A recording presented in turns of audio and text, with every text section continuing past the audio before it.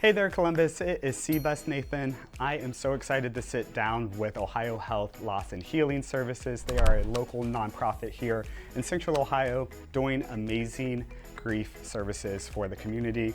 So stick around, take a listen, and hopefully this is something that can impact your life moving forward.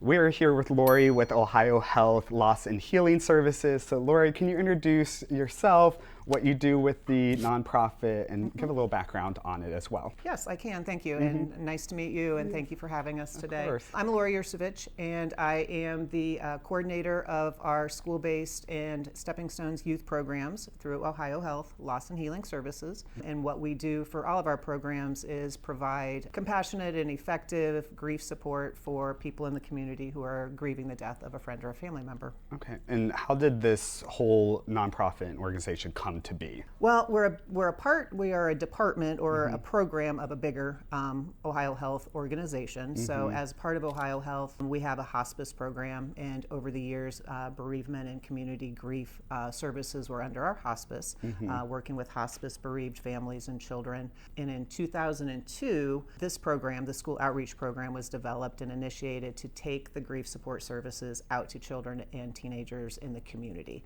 rather than being at an office or asking them to come, somewhere just once a month for some services. This first grant in 2002 allowed us to take that out into our communities. So that first year, our goal was to go into Columbus City schools, about 5 different schools, and serve 50 children who were grieving the death of a family member specifically, or a friend. We about doubled that year.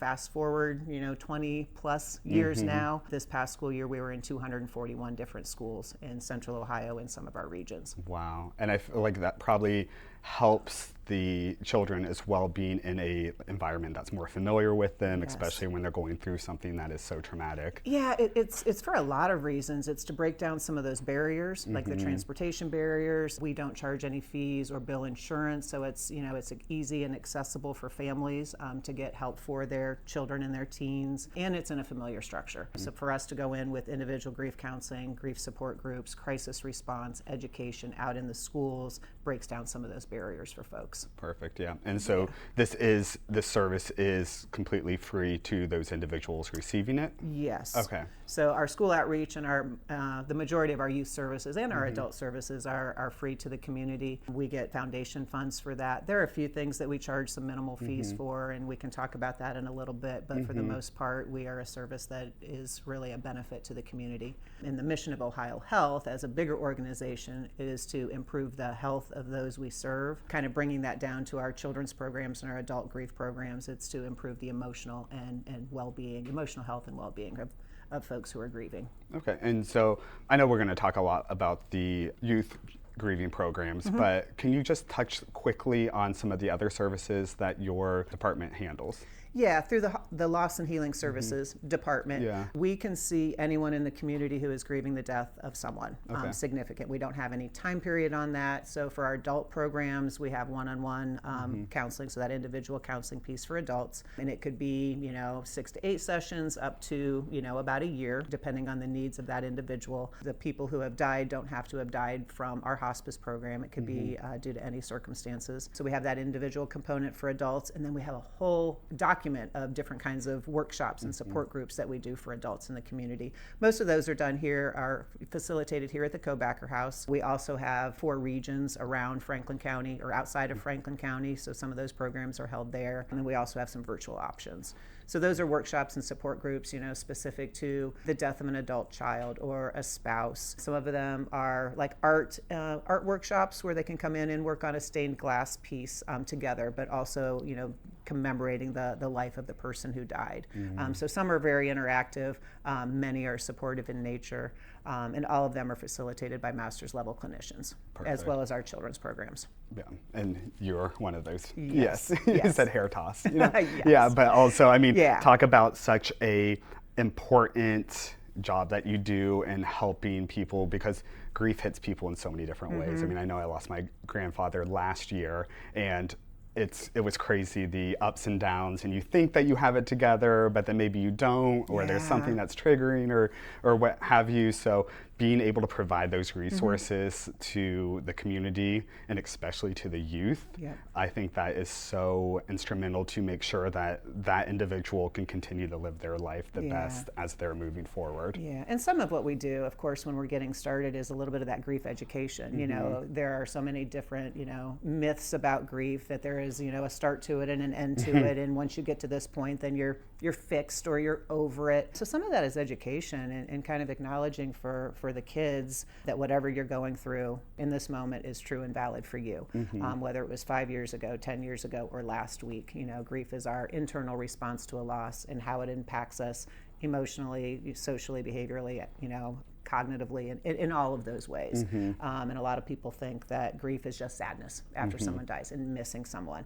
But especially with kids, it comes out in so many other ways.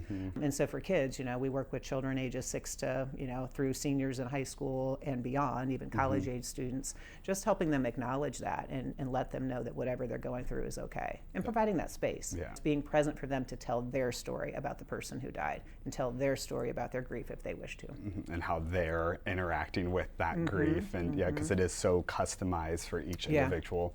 So say there's a school or somebody watching this currently that might need your services. How do they seek you out, or is it something that you are constantly reaching out to schools to provide your services? Well, way back, and I've been with the program since 2002, so way back we were doing a little more promotion, and then through word of mouth and awareness within our Central Ohio and also Athens, Delaware, Mansfield, Marion, and Pickaway counties, they're usually seeking us out, if they have students who are grieving the death, and they know about our services for the most part. But we can also, if someone is watching this and has never heard of us, they can come through, and look us up through OhioHealth, or through our email, which is youthgrief@ohiohealth.com. So schools can make those referrals. Then of course we have to go through parent and guardian permission, to make that happen for that young person, for that student. And a lot of what we do are grief support groups in schools. So we do that one-on-one work with kiddos, but what we feel is really powerful and impactful for students, especially as they get older, like middle school and high school, is having them together for an 8-week series, typically, 6 to 8 weeks, and we have 5 to 8 members in the group at a time, with different losses, not necessarily with the shared loss. So they get a little bit of information about it, their family signs them up, and then every session is interactive, trust building, everything is confidential unless there's a safety issue. They always have a right to pass. And what we hear most from especially the older kids when it's all over, the biggest benefit is realizing they weren't alone. Yeah, I was just I'm walking down the hall and in my high school, and I think I'm the only one dealing with the death of a mom, only one dealing with the death of a sibling. And so at the end of that group, even though they were making keychains and memory boxes and playing music games and doing all of these things, at the end they're like, somebody heard me and I'm not alone. I mean, just talking about how instrumental that is to build that sense of community in such a tragic situation that is huge. And I mean, I think that's the biggest thing that all people need to feel, is that they're not alone, and then especially in a situation like this. So that's beautiful that you're creating that space and impacting individuals in that way. So schools can contact us, families, if an individual is seeing this and they have a student or even themselves who could benefit from grief counseling, they can reach out to us as well. It does not have to come from a school. We also work with a lot of different community partners, some different youth centers and organizations, Nationwide Children's, other mental health providers, so they can make referrals as well. And again, this is completely a nonprofit, so you are reliant on the help of not only foundation, but those in the community as well. So if there's somebody watching that is, maybe they have been able to have those resources to overcome grief and they want to give back, what are different ways that maybe somebody in the community could give back?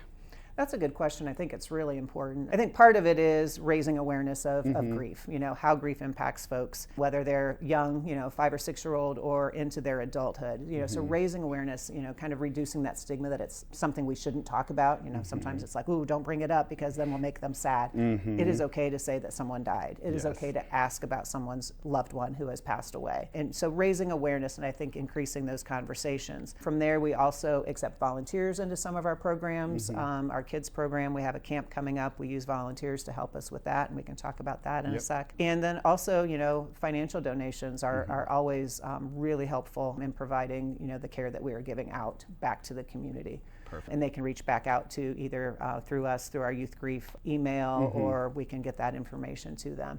But we kind of think, like when we're looking at all of our programs and staff time and materials, because we do all the hands-on with kids, sometimes we're doing like a rental space, so there are costs involved.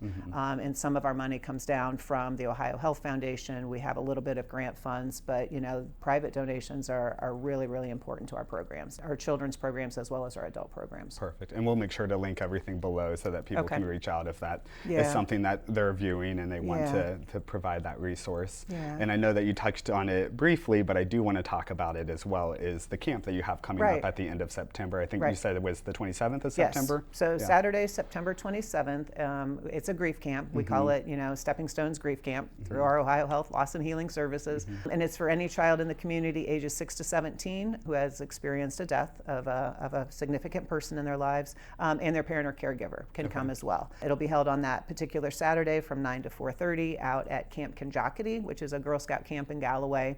Huge facility.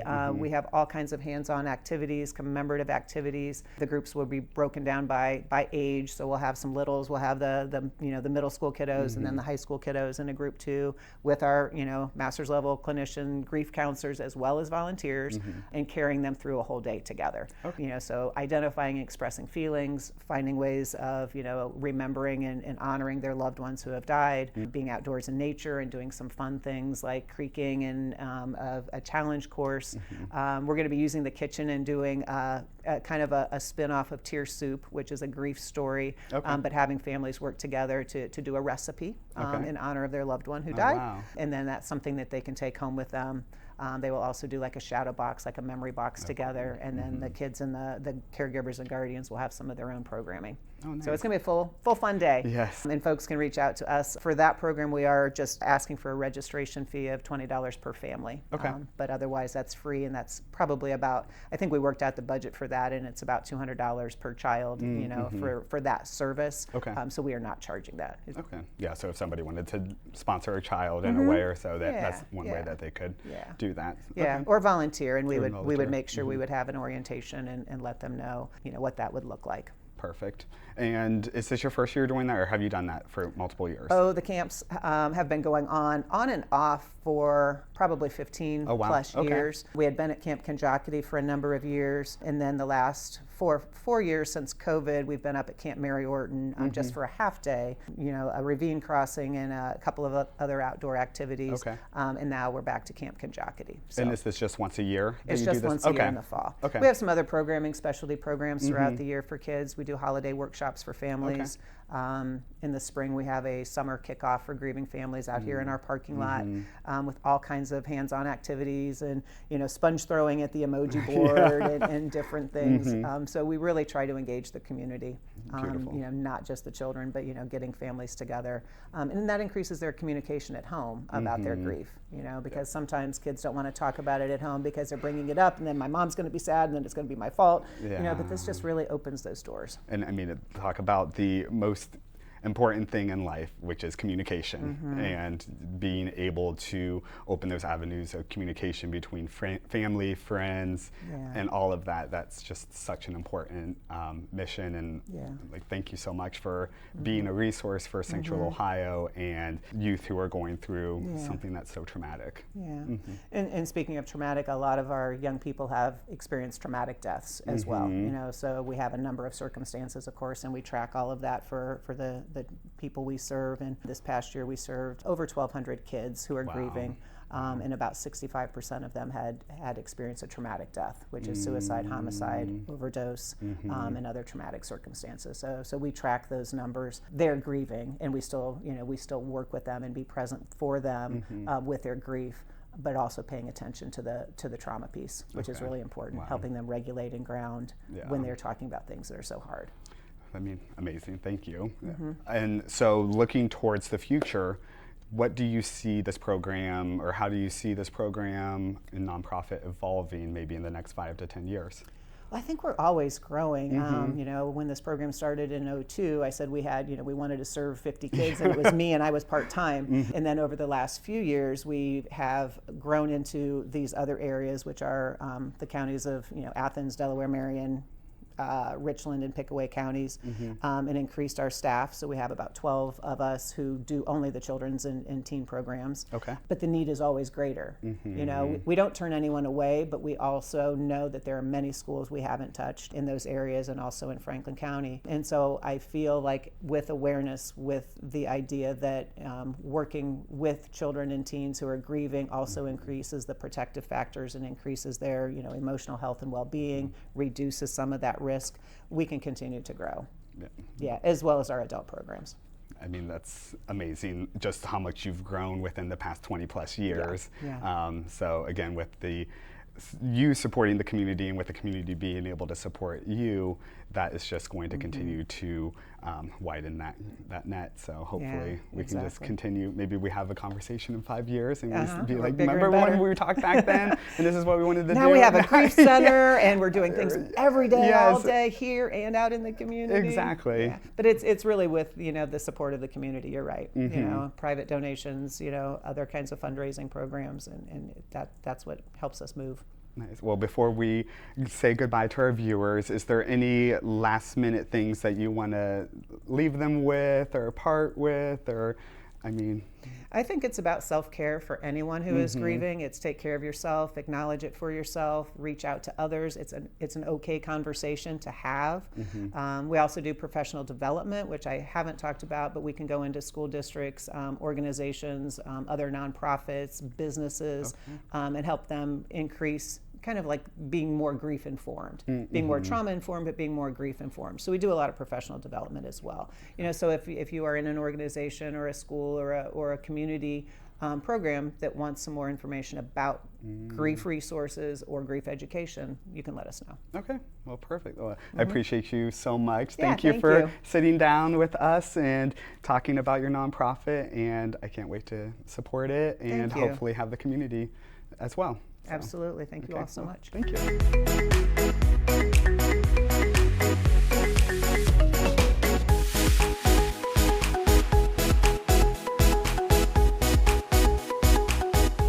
So hopefully you found that impactful. I know I did, and I know so many different people that can benefit from this nonprofit, and I am looking forward to continuing to support them in the future. So if you have any questions about the nonprofit, feel free to click my link in the bio. I have the flyers there. You can get in touch, learn about all of their services. So go ahead, click that, download that. And if you want to continue to learn about other nonprofits in Central Ohio, learn about real estate, learn about businesses that are doing great things, I put out videos every Friday, so make sure that you like, subscribe. Again, C Bus Nathan, and I will see you next Friday.